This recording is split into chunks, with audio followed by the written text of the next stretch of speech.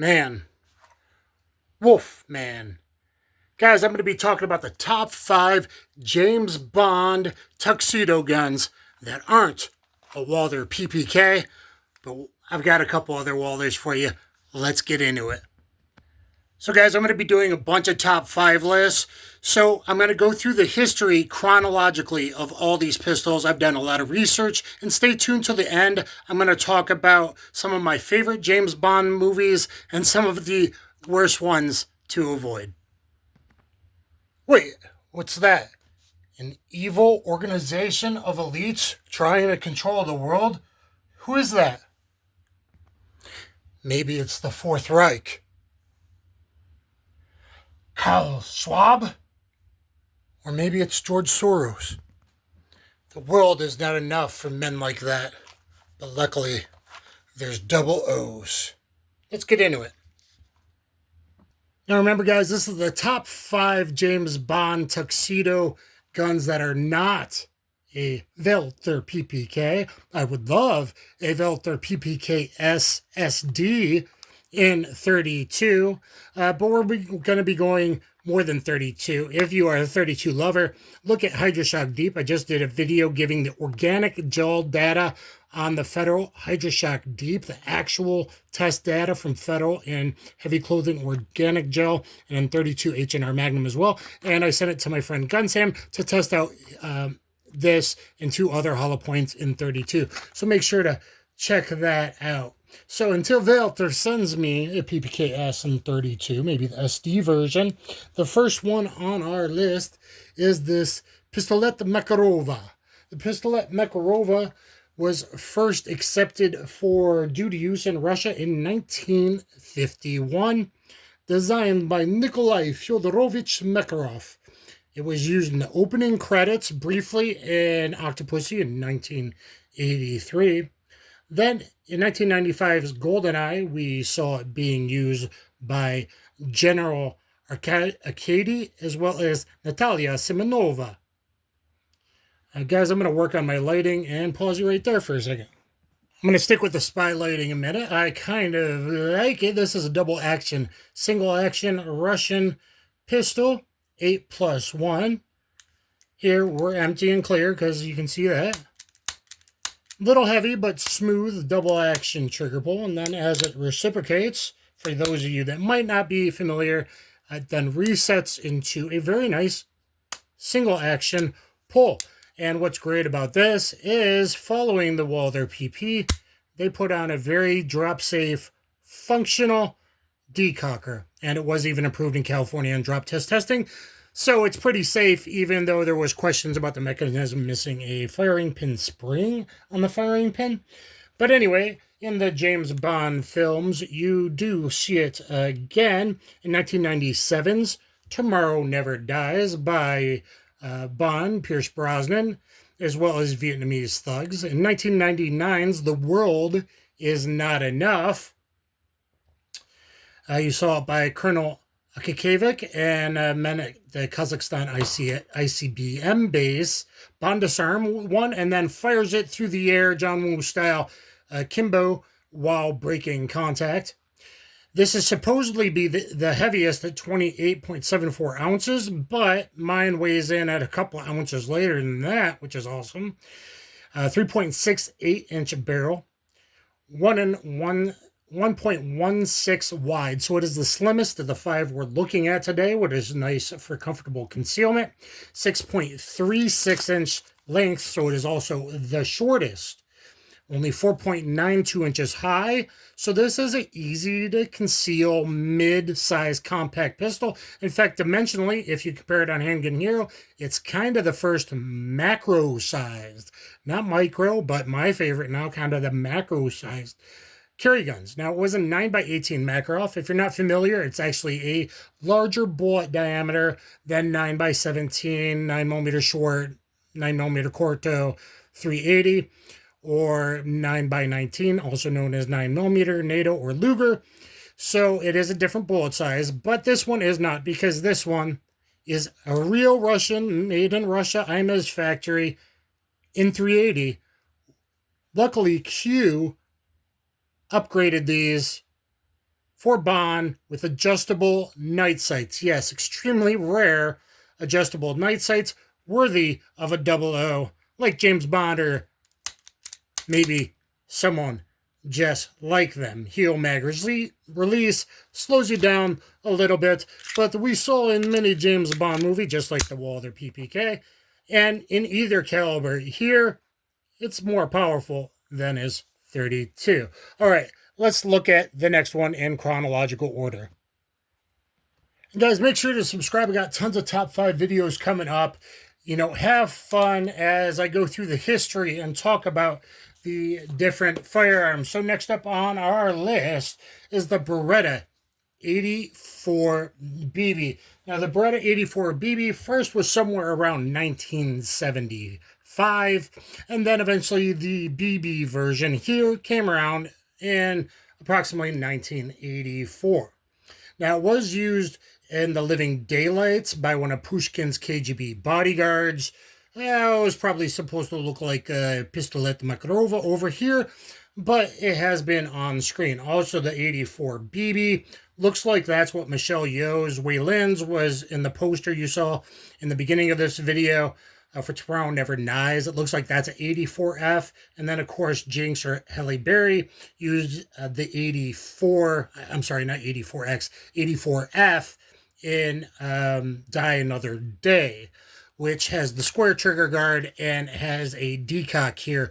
But you cannot carry it cocked and locked like you can this one. So I like to carry it. I will actually carry this next summer to nice areas, nice restaurants at least.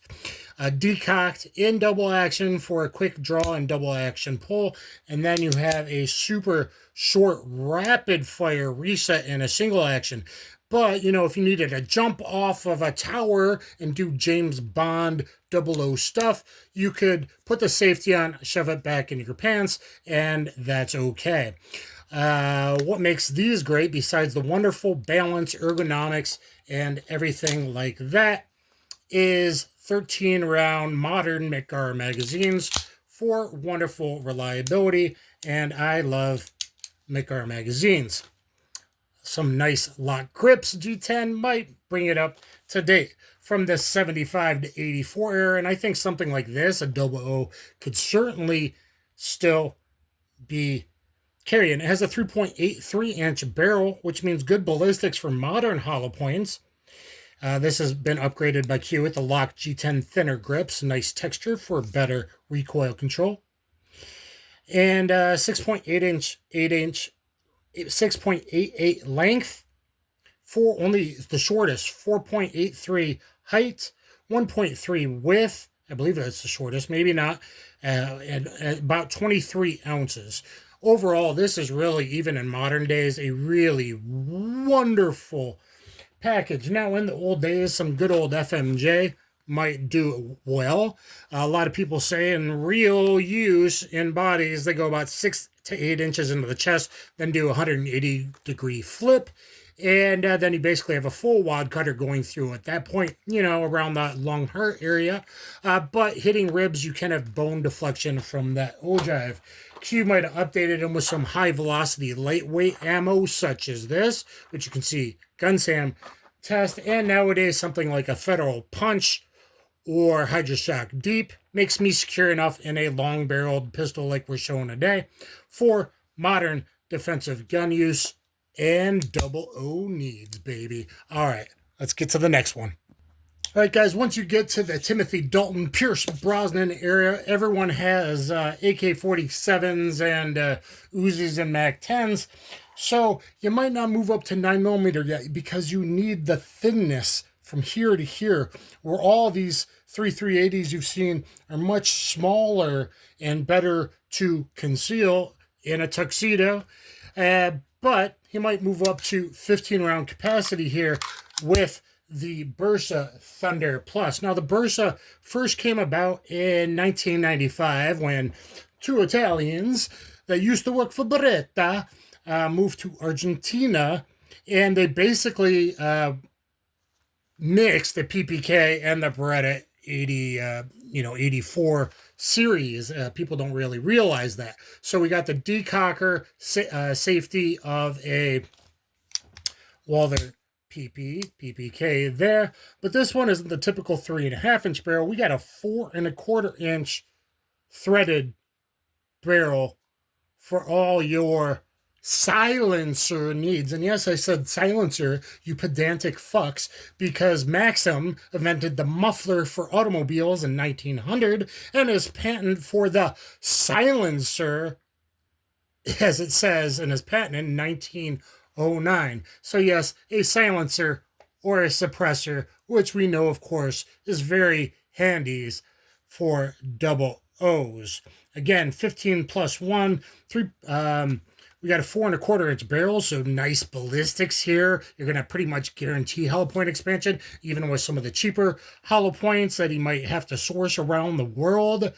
4.7-inch height, not tall at all. And yet 15 plus 1 full grip, very comfortable. Does make it very efficient. 1.35 inches wide, 7.25-inch length, the longest because of this threaded barrel. But you know, this would actually work to put a can on and off like you often see in the Bond movies. It could actually be done with this bad boy over here. All right, let's look at the fourth one now.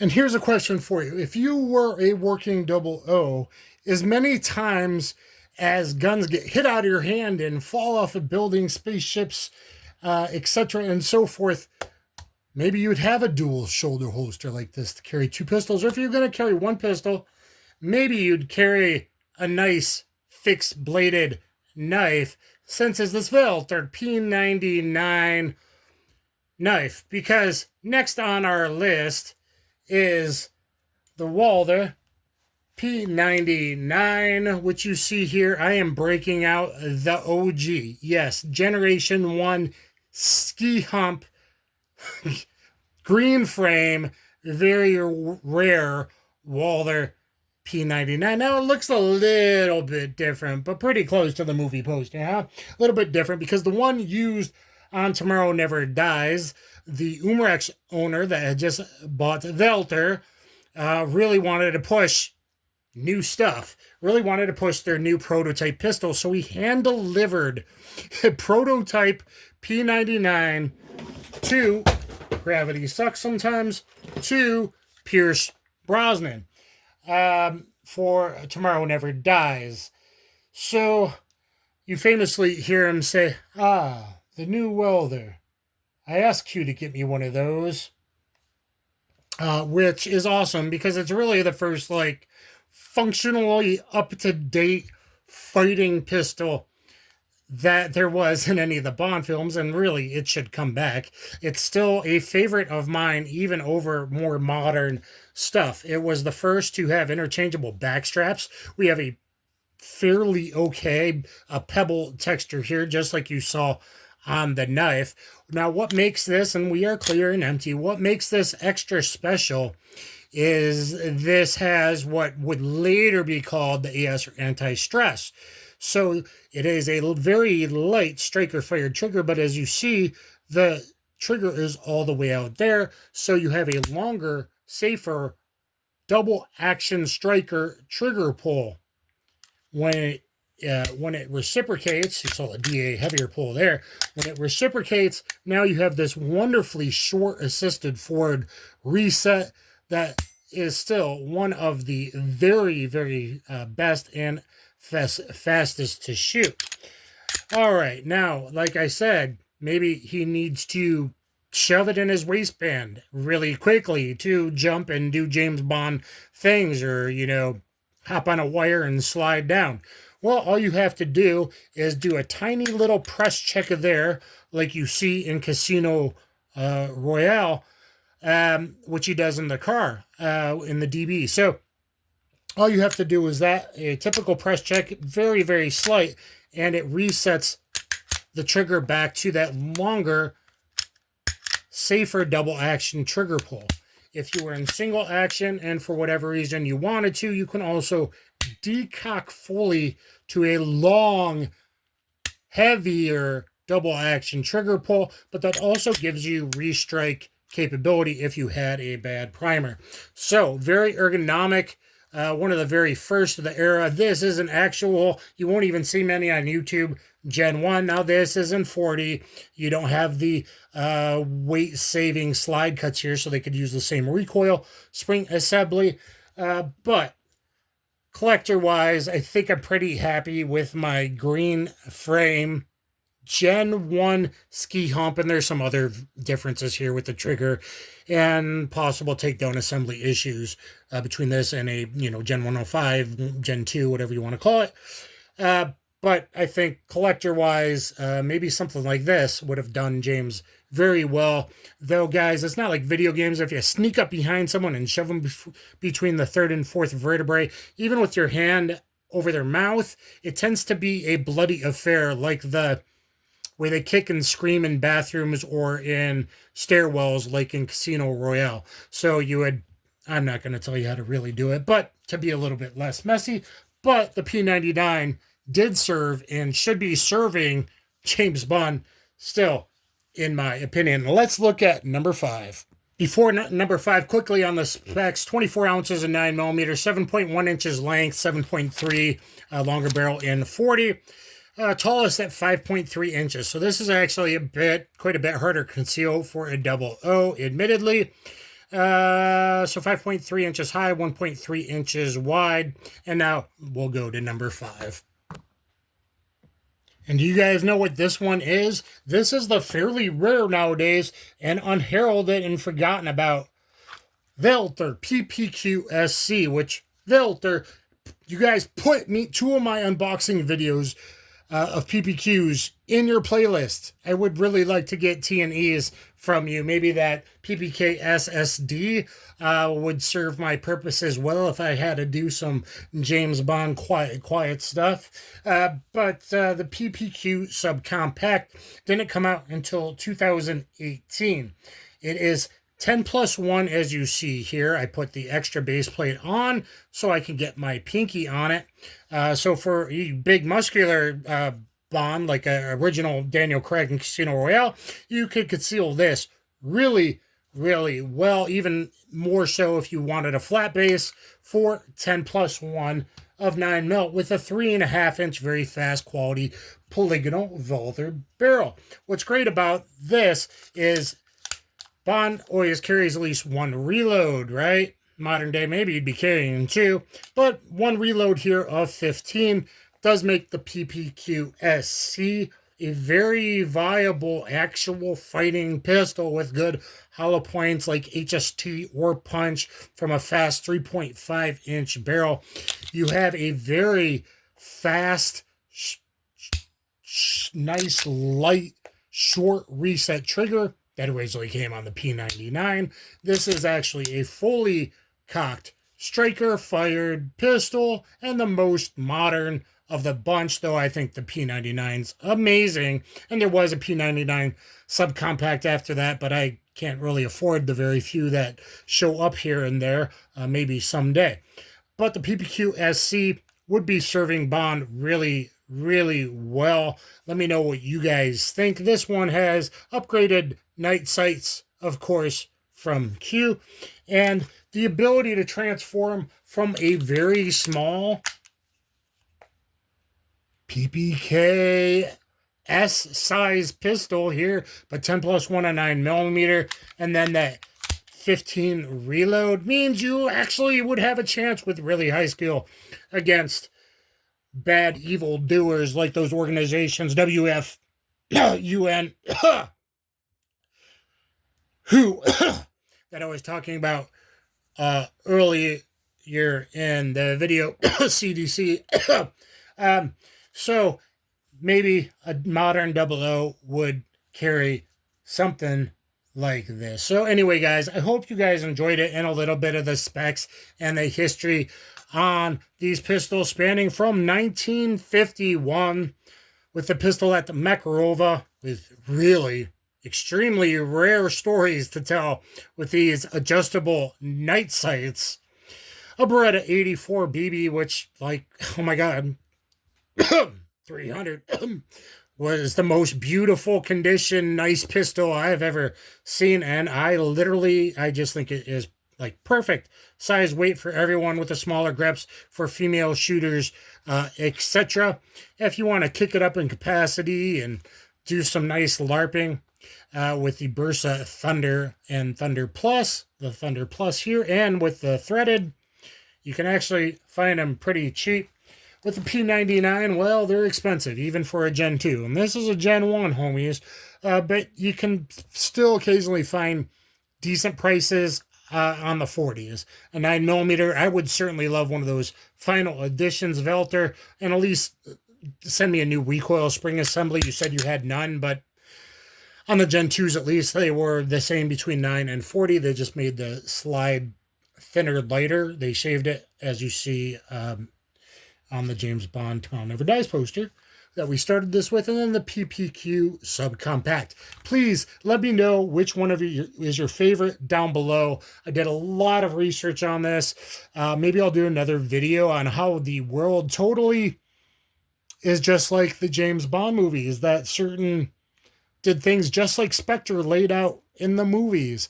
Maybe I'll do another video. So thumbs up, share, subscribe. Get down there in the comments, please. Let me know what you think. And I'm trying to show you a bunch of different cool pistols maybe you don't know about, or you have and you want to just see them and talk about them. Remember when channels did that? I'm trying to do more of that instead of just these high polished big production only by a certain company. So anyway, guys, I'll talk to you later. And you have a license to kill. You don't have a license to die. Kaboom.